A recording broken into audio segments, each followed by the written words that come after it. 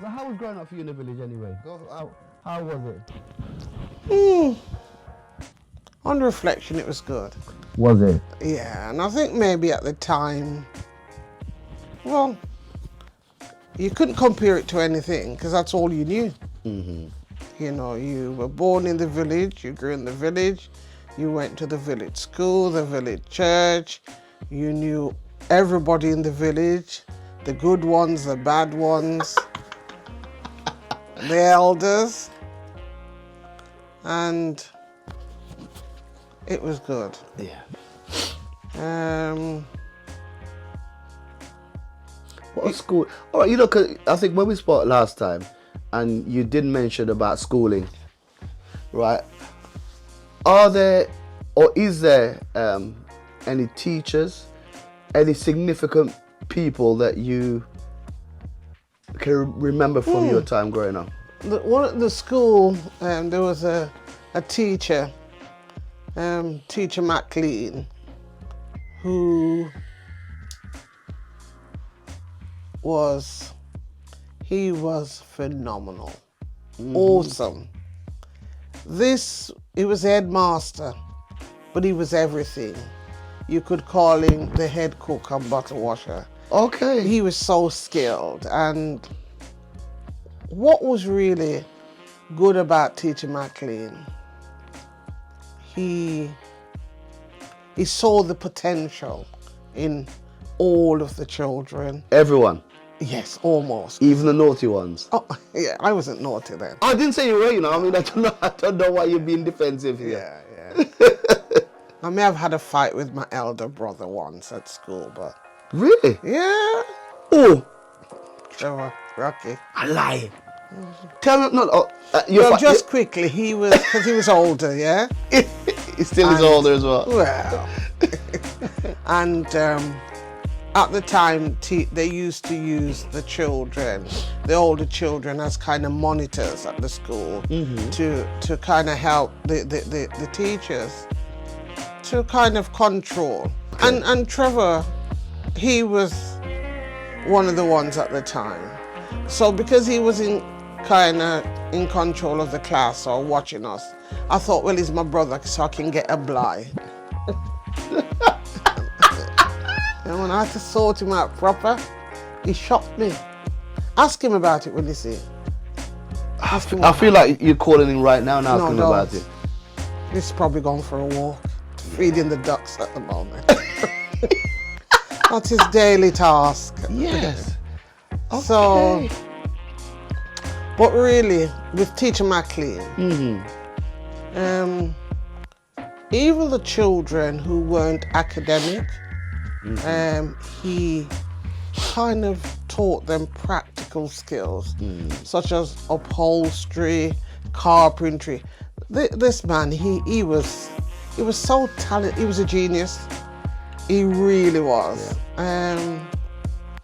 So everybody, he would go into the village and like some of the older guys who probably because of literacy challenges, and they're embarrassed, you know, because going to school back home, of course, we at the time, you know, used to talk about dunce, you know, which is quite a derogatory term to use, say, for somebody who's say not academic. Yeah. And so I suppose if you were going to school, and I dare say at the time lots of children were probably dyslexic, but it wouldn't have been diagnosed, so you know they had word blindness, all sorts of things, and so they'd probably play truant, but at the time we'd have said them bad.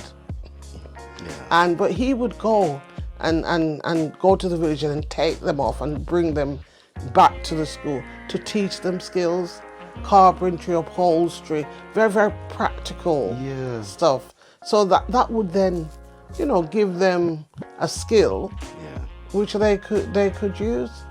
And he was awesome. And so some years ago, a group of us really, in the UK and from other parts of the world, whose lives had been touched by Teacher McLean, we did go back and have school reunion, and we honored him. We brought him back to the school and really kind of told him how he had impacted our lives. And I think what was good with that is that that's where, you know, giving somebody their flowers whilst they're alive. Sadly, he's passed now, but at least we did that for him. And you know, because you're telling me that story now, he's the type of person that I wish that I'd met as well. You know, even if I just met him on the one occasion. Yes. You know, Yeah, he was truly truly a great man. Yes. Good black man. Yeah. Father-like figure, and he really Yeah. genuinely cared. Yeah. For all the children who, you know, as well sometimes because their parents didn't have the material means, they probably, you know, couldn't go to school and things like that. But Teacher McLean, he kind of, there was space for every child, and he knew everybody, and he, you know, he knew all the parents and the families, and Respected and loved by all, by the whole Yeah. community. Right, so Alicia, tell me, what was the name of your school? Right, Clifton All Age School, and what we did in this country, and we tried to get it done, different chapters really, in different parts of the world, where we established a Clifton All Age Past Students Association. Alumni. And so there were a number of us. There were people in America and Canada particularly, and I think the biggest chapter was here in the UK and also in Jamaica. So how many people would you estimate that went to the reunion? All my life. School reunion? It's a lot. I know a lot is not a number. Were there 10 people? Were there 100 people? Oh, probably hundreds. Because there were those of us from abroad, but then those who were still in Jamaica and in the local village came to it was quite a packed program, and another day we can talk about that, or I can get somebody else to talk about that specifically. But it was the Clifton All Age Past Students Association, and they know who they are in this country Around the world. and around the world. Okay. Wonderful man. So when I kind of think of, you know, my life, we went to the local church, you know, and there were some really talented people, like say where I came from, like at the time when people were having children, it was the days before they went to hospital, so like family who was called Sister Alma, who was a village midwife. You know, another. There were lively characters as well. Oh yeah, and then my aunt. You know, people sometimes ask me about cooking. Yeah. Because as you. Do you cook? Yeah, I didn't know that. You know. Yeah. That's one of the many talents that I have. Okay. And I actually enjoy cooking. You do? Every day? Every day. Yes. I'm a feeder. I can't help it. Yeah. You know, so that's all I can think of is feeding people, you know. Like this morning when you were going to come. I know. And I was mortified because guess what? I hadn't prepared your breakfast. However, there was breakfast prepared from the previous day, so that was good. Yeah, but I was literally thinking, my God, he's coming, and I was going to do some dumplings and ackee and saltfish for you. God. Yeah. No, you tell me. Yeah. So, what is your favorite dish to cook then? If we're just kind of going off track now. Yeah. What your favorite dish? Rondong. Rondong? You know what that is? Running down. Yeah. Like I go out the road and you chase me. Yeah. That's run down. Right. Rondong. That's coconut, Yeah. fresh coconut, Yeah. What else? grated, Oh. and then you get the milk, separate it from the trash. You season it up, I tell you what. and then You know, one day on our discussions, we'll do it in the kitchen, and then we can record you actually cooking the run down. and you can put either salt mackerel or salt fish.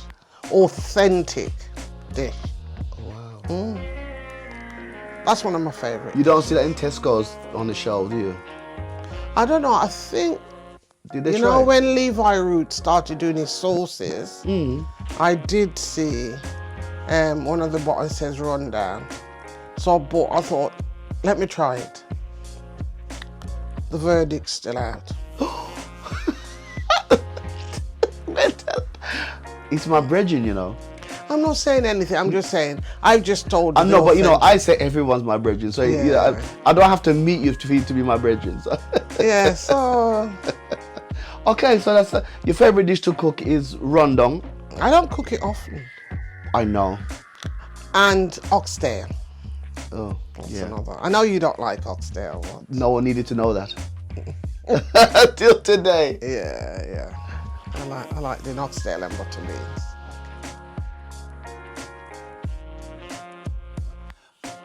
Okay, Alyssa, thank you very much for that. Now, thank you for telling me about the rundown.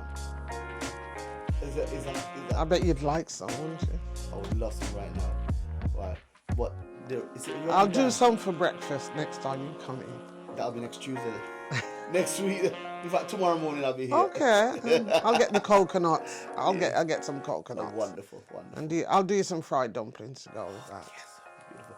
So listen, so your love of cooking, where did that come from? And was there anybody that was significant in?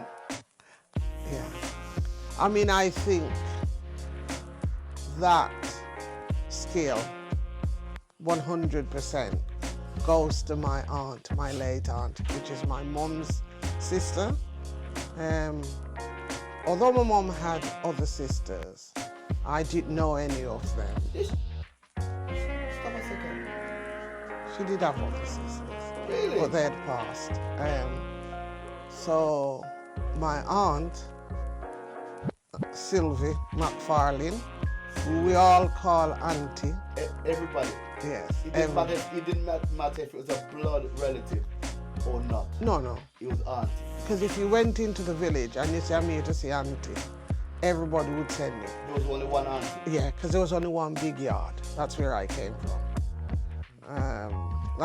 So that's Big Yard in Mantees, Hanover, Jamaica. Yes.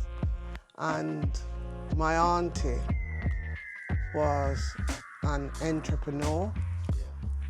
She was so skilled. That woman could cook water and give it to you. She could cook water and it would taste like a meal.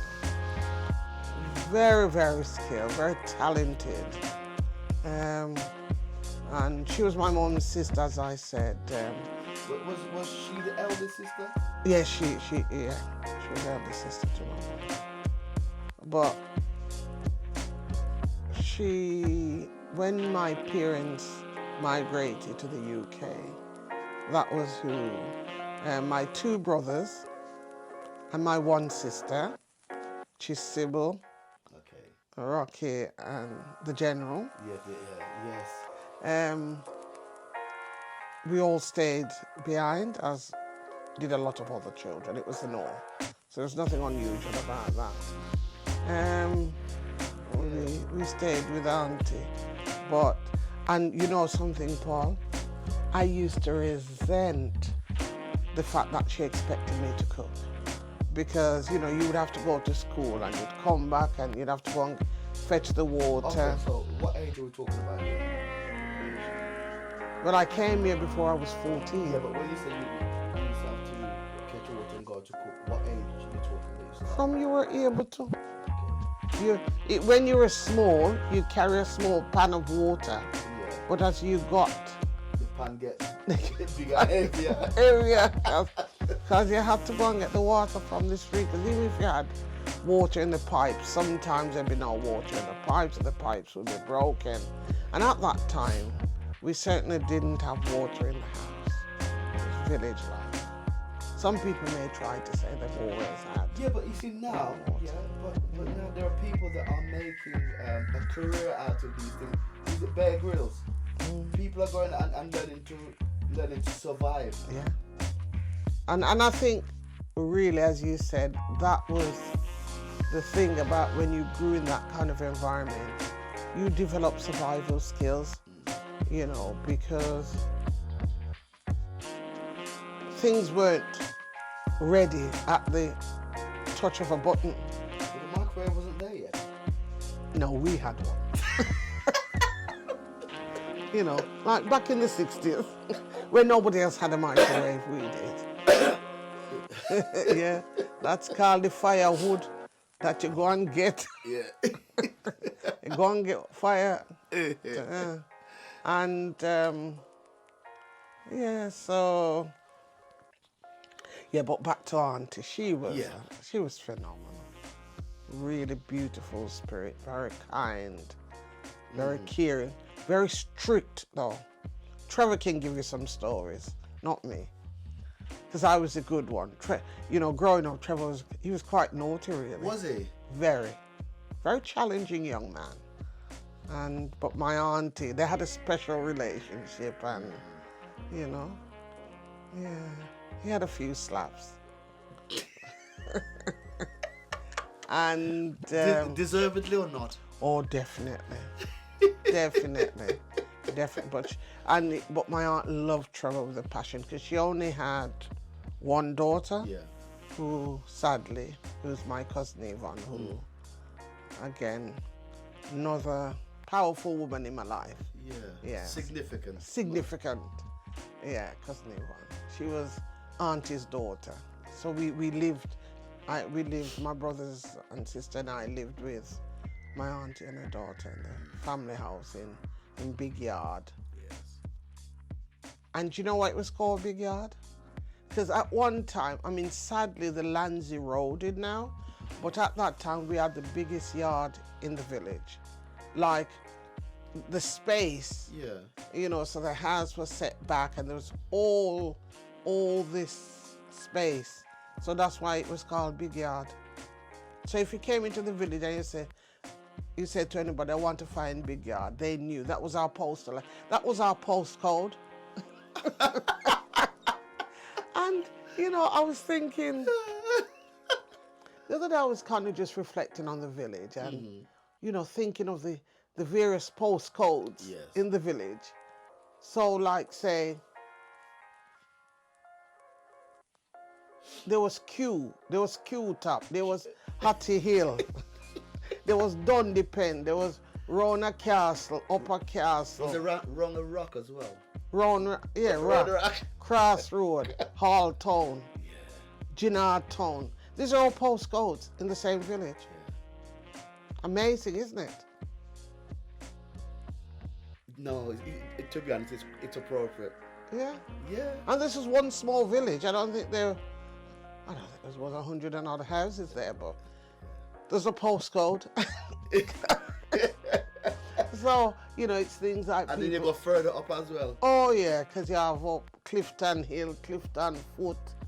Oh, I've missed out some of them, but Ginnard Town, Yars House. Oh, I never heard of it yet. Hall Town, yeah. And they say town, and how big is the town? Oh, the town was where their house was. Yeah. That's, you know, so I've missed out some of them, but this was kind of, you know, so that was how you identified them. Amazing. Yeah. So so from there, I'd just say about you had auntie as a significant person in your life. You had cousin Yvonne. And you know, my mother's side of the family are very close knit. They're a very tight family. Yeah. So there was Uncle Hazy. Yes. And you know, there was Uncle Herman. Yeah. So those was my mom's. So there are four of them. My mom's two brothers, and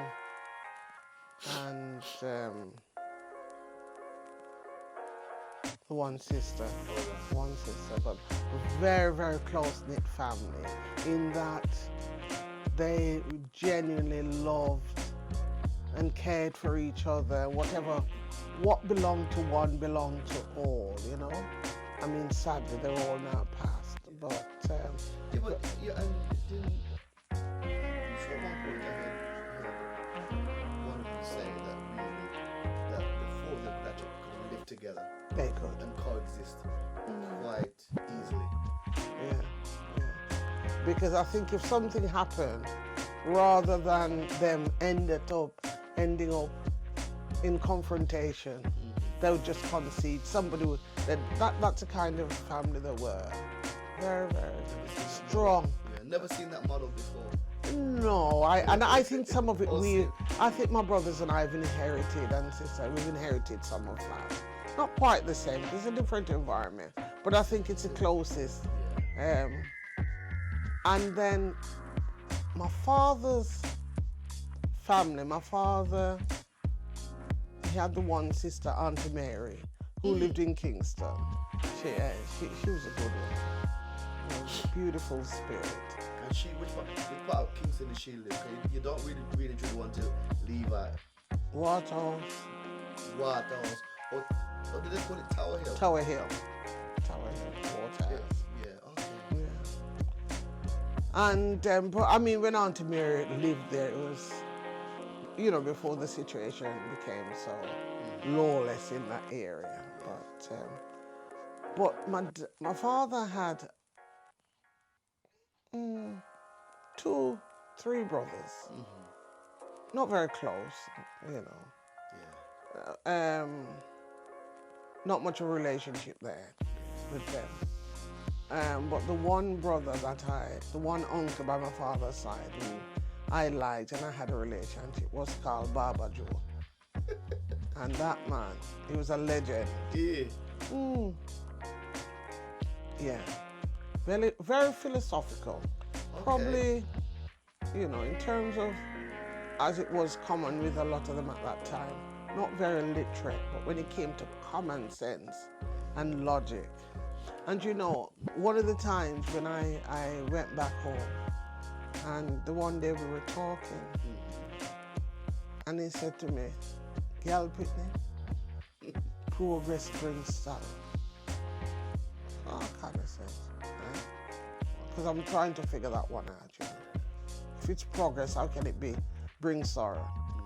And he went on to say, he was talking about the roads, because you know the roads in Jamaica, and like in the village. Yes. You know, they have regular maintenance, don't they? Absolutely. The highway people come to the village and fix the road, the potholes and the tarmac, you know.